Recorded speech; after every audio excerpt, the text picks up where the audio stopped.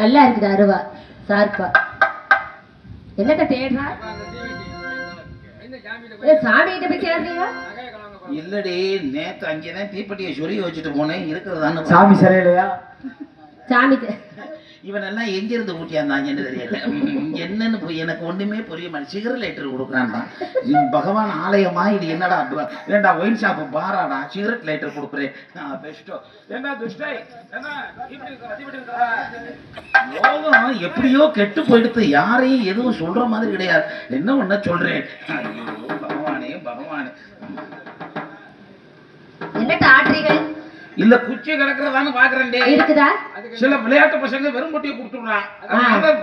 பொட்டியை வாங்கணும்னா 2 குழுக்கு குளிக்க பாத்துறேன். அதுக்கு சாமி இந்த ஆட்ட ஆட்டுவீங்க.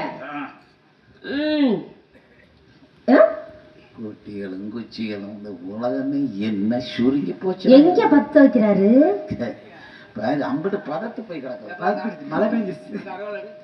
இதுக்கு தாண்டா அப்பவே சொன்னேன். என்னது? வெட்டும் புளுத்தி பட்டி வாங்கிட்டு வாங்க சொன்னேன். வெட்டும் புளித்தி பட்டிடா. அந்த பட்டி தானே இது? அது எப்படின்னா ஒரு புளி அப்படி பாஞ்சிட்டு இருக்கும், ஒரு அருவாளத்துக்கு இந்த வெட்டுற மாதிரி இருக்குமா. இப்ப மருந்து நிறைய இருக்கும், உரசணும்னா கப்புன்னு பிடிக்கும். இப்ப சங்கு மார்க்ல தயார் பண்றான். எல்லாம் பாத்தீங்கன்னா என்ன ஒண்ணு சொல்றேன். சாமி ரொம்ப தூக்காதீங்க சாமி. ஏடி நான் ஓட்ட பந்தயமா ஓட போறேன்.